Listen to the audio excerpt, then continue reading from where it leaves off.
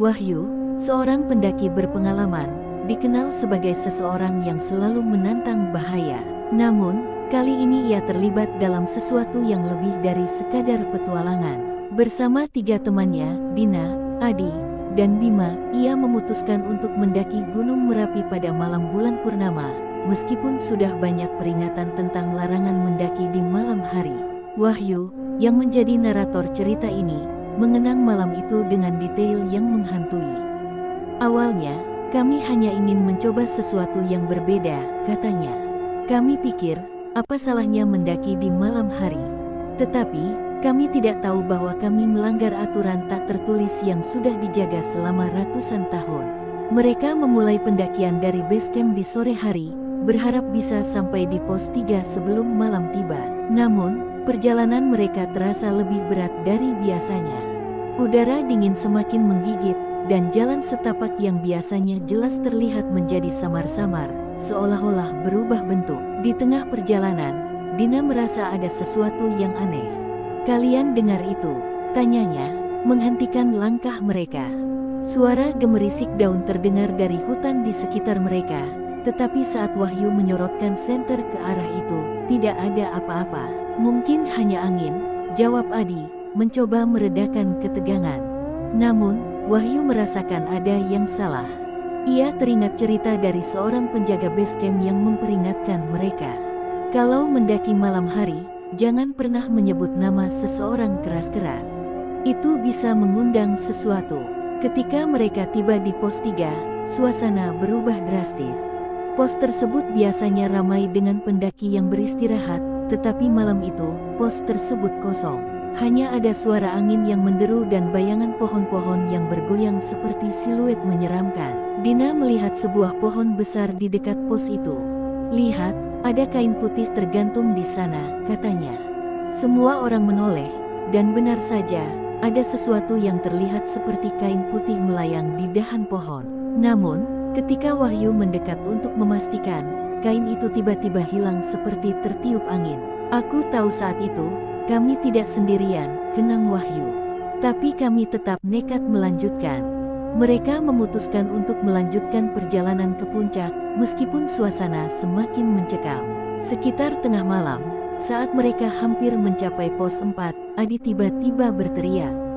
Ia melihat sesuatu di antara pepohonan, sosok berbaju putih dengan rambut panjang yang berdiri diam, menatap mereka tanpa mata.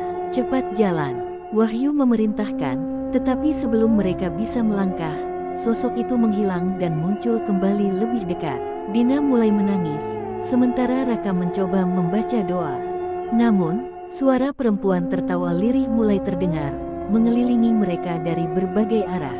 Ketika mereka berlari menuju pos 4, mereka disambut oleh pemandangan yang tidak masuk akal. Di tengah jalan setapak, puluhan sosok muncul dari kabut, arwah-arwah dengan tubuh setengah hancur, mengenakan pakaian yang terlihat seperti dari zaman dahulu. Mereka tidak bergerak, tetapi tatapan kosong mereka membuat tubuh Wahyu bergetar. "Kami tidak tahu apa yang harus dilakukan. Jalan satu-satunya adalah melewati mereka," kata Wahyu. Namun, ketika mereka mencoba melangkah, arwah-arwah itu mulai bergerak, tangan mereka terjulur seperti mencoba meraih sesuatu.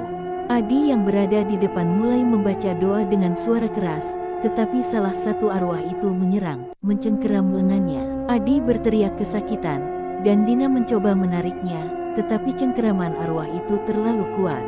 Wahyu, dengan instingnya, mengingat pesan dari penjaga base camp, "Kalau kau merasa terancam, balikkan pakaianmu, lalu letakkan sesuatu yang berharga di jalan." Dengan panik, Wahyu membalik jaketnya dan melemparkan gelang pemberian neneknya ke tanah. Tiba-tiba, arwah-arwah itu berhenti. Mereka semua menoleh ke arah gelang itu dan perlahan menghilang ke dalam kabut. Wahyu menarik teman-temannya dan berlari sejauh mungkin. Ketika mereka akhirnya kembali ke base camp saat fajar, penjaga base camp hanya menatap mereka dengan ekspresi dingin. "Kalian sudah beruntung bisa kembali hidup," katanya. Namun, Wahyu merasa ada sesuatu yang tertinggal di gunung itu, sepotong dirinya. Malam itu mengubah hidupnya selamanya. Hingga hari ini, ia masih mendengar tawa lirih dan melihat bayangan di sudut matanya setiap kali bulan purnama tiba. Setelah malam menyeramkan itu, Wahyu dan teman-temannya kembali ke kota masing-masing. Mereka mencoba melupakan apa yang terjadi, tetapi setiap usaha untuk kembali ke rutinitas terasa sia-sia. Wahyu mulai mengalami mimpi buruk setiap malam. Dalam mimpinya, ia selalu mendaki di tengah kabut tebal, hanya untuk berakhir bertemu dengan sosok perempuan berbaju putih dengan wajah menghitam yang tersenyum padanya. Aku tidak bisa tidur. Setiap kali mataku tertutup, aku kembali ke gunung itu, kata Wahyu kepada Dina saat mereka berbicara lewat telepon. Dina, yang juga mengalami kejadian serupa, mengatakan bahwa ia sering mendengar langkah kaki di luar kamarnya pada malam hari, meskipun ia tinggal sendirian. Seminggu setelah pendakian, Adi menghilang. Tidak ada yang tahu kemana ia pergi. Keluarganya melapor ke polisi, tetapi tidak ada jejak. Yang aneh, teman-teman Adi menerima pesan dari nomor ponselnya pada malam ia menghilang. Pesan itu hanya berisi satu kalimat, "Jangan kembali ke gunung itu." Bima, yang selama ini diam dan menghindari pembicaraan tentang kejadian di Gunung Merapi, akhirnya membuka suara. "Aku pikir ini lebih dari sekadar mimpi buruk. Aku merasa ada sesuatu yang mengawasi kita." Wahyu memutuskan untuk kembali ke desa tempat basecamp pendakian berada untuk mencari jawaban. Ia bertemu dengan seorang sesepuh desa bernama Pak Bismo, yang dikenal sebagai penjaga adat. Saat Wahyu menceritakan apa yang terjadi, ekspresi Pak Bismo berubah serius. "Kalian melanggar aturan besar," katanya. "Gunung Merapi bukan sekadar tempat untuk mendaki. Ada area-area tertentu yang dijaga oleh penunggu, dan malam itu, kalian melewati batas tanpa meminta izin." Pak Bismo menjelaskan bahwa para penunggu bukan hanya roh biasa, tetapi arwah prajurit kuno yang gugur dalam perang besar di zaman kerajaan. Mereka dikutuk untuk menjaga wilayah itu dari manusia yang dianggap mengganggu. Satu-satunya cara untuk meredakan kemarahan mereka adalah dengan mempersembahkan sesuatu kepada mereka. Meski penuh ketakutan, Wahyu, Dina, dan Bima memutuskan untuk kembali ke Gunung Merapi untuk mencari Adi dan memperbaiki kesalahan mereka. Pak Bismo memberi mereka beberapa petunjuk, termasuk membawa sesajen berupa bunga melati, dupa, dan pakaian putih. "Kalian harus datang saat malam bulan purnama berikutnya. Itu adalah waktu ketika mereka paling aktif, tetapi juga saat mereka bisa mendengar permohonan kalian," kata Pak Bismo. Pada malam bulan purnama, mereka mendaki kembali Gunung Merapi dengan perasaan cemas. Suasana terasa lebih mencekam dari sebelumnya.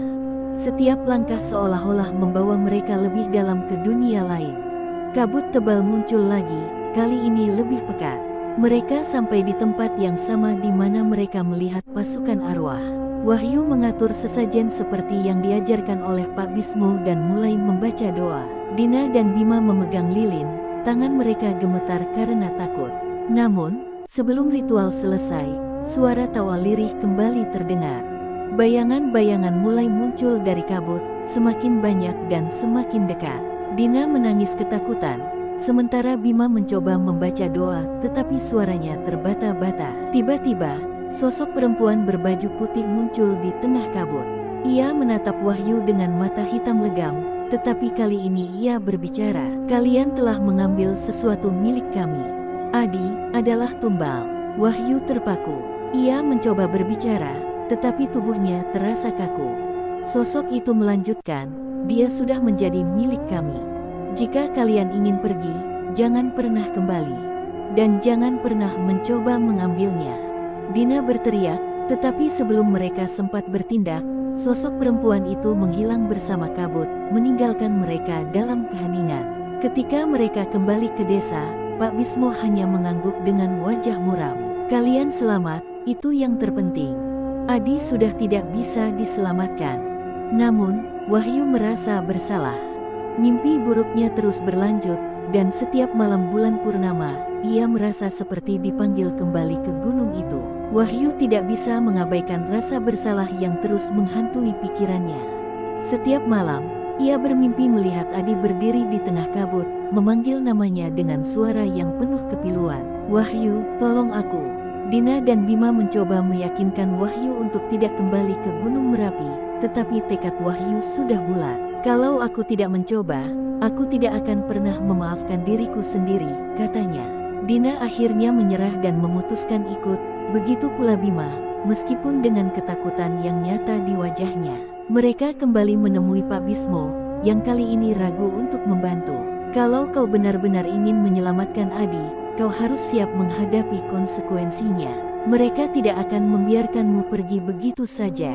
Pak Bismo memberi mereka petunjuk terakhir, kalian harus menemukan pintu gaib, tempat di mana roh penunggu berada. Tapi hati-hati, jika kalian gagal membawa Adi keluar sebelum fajar, kalian semua akan terperangkap selamanya. Malam itu, mereka kembali mendaki dengan membawa sesajen dan perlengkapan tambahan, termasuk jimat perlindungan yang diberikan oleh Pak Bismo. Udara terasa semakin berat saat mereka mendekati pos 3. Tidak ada suara binatang, hanya keheningan yang mencekam. Ketika mereka sampai di tempat kejadian sebelumnya, kabut tebal tiba-tiba menyelimuti mereka. Sosok-sosok arwah mulai muncul, tetapi kali ini lebih agresif. Salah satu dari mereka mencoba meraih Bima, tetapi jimat di tangannya memancarkan cahaya, membuat arwah itu mundur. Jangan hentikan langkah kalian. Kita harus sampai sebelum mereka menutup jalan. Wahyu berteriak, memimpin kelompoknya ke arah kabut yang semakin tebal. Setelah berjalan selama beberapa jam, mereka tiba di sebuah area yang berbeda. Sebuah gerbang batu besar berdiri di tengah hutan, dihiasi dengan ukiran-ukiran kuno yang menyeramkan. Gerbang itu tampak bersinar samar dalam kegelapan, seolah-olah hidup. Ini pasti tempatnya, kata Dina dengan suara bergetar. Wahyu melangkah maju, tetapi sebelum mereka bisa memasuki gerbang, sosok perempuan berbaju putih muncul di hadapan mereka. Wajahnya terlihat lebih menyeramkan dari sebelumnya, dengan senyuman yang seolah-olah penuh kemenangan. Kalian berani kembali. Adi sudah menjadi bagian dari kami. Sosok perempuan itu menggerakkan tangannya, dan seketika, puluhan arwah muncul, mengepung mereka. Dina dan Bima mulai membaca doa dengan suara lantang, sementara Wahyu menyalakan dupa yang diberikan oleh Pak Bismo. Asap dupa itu membuat beberapa arwah mundur, tetapi yang lain terus mendekat. Kalian tidak akan pernah menang. Suara perempuan itu bergema, tetapi Wahyu dengan berani melangkah ke arahnya. Ia melemparkan sesajen ke tanah, lalu berteriak, kami hanya ingin mengambil Adi. Kami tidak ingin melawan kalian. Sosok perempuan itu tertawa, tetapi tiba-tiba gerbang batu mulai bersinar lebih terang. Dari balik gerbang, Adi muncul dengan wajah pucat dan mata kosong, seperti tidak sadar. Wahyu berlari menghampirinya, tetapi sebelum ia bisa menyentuh Adi, arwah-arwah itu menyerang. Dalam kekacauan itu, Wahyu menyadari bahwa mereka tidak akan bisa membawa Adi keluar begitu saja. Seseorang harus tinggal, pikirnya. Ia menatap Dina dan Bima, lalu berkata, ambil Adi dan pergi. Aku akan menahan mereka. Dina menangis, tetapi tidak punya pilihan. Dengan bantuan Bima, mereka menyeret Adi melewati gerbang, sementara Wahyu melawan arwah-arwah itu dengan dupa dan jimat. Saat fajar mulai menyingsing, gerbang batu perlahan menutup. Dina dan Bima berhasil keluar bersama Adi, tetapi Wahyu tertinggal di sisi lain. Dina dan Bima membawa Adi kembali ke desa, di mana Pak Bismo sudah menunggu. Adi perlahan sadar, tetapi ia tidak ingat apa-apa tentang malam itu. Ketika Dina menceritakan pengorbanan Wahyu, Pak Bismo hanya mengangguk muram. Wahyu sudah menjadi penjaga baru di sana. Dia telah menggantikan Adi. Setiap malam bulan purnama, Dina dan Bima bermimpi melihat Wahyu berdiri di gerbang batu, tersenyum kepada mereka. Tetapi senyum itu tidak lagi penuh kegembiraan, melainkan kepasrahan. Wahyu telah menjadi bagian dari Gunung Merapi, penjaga yang baru, menggantikan tumbal sebelumnya.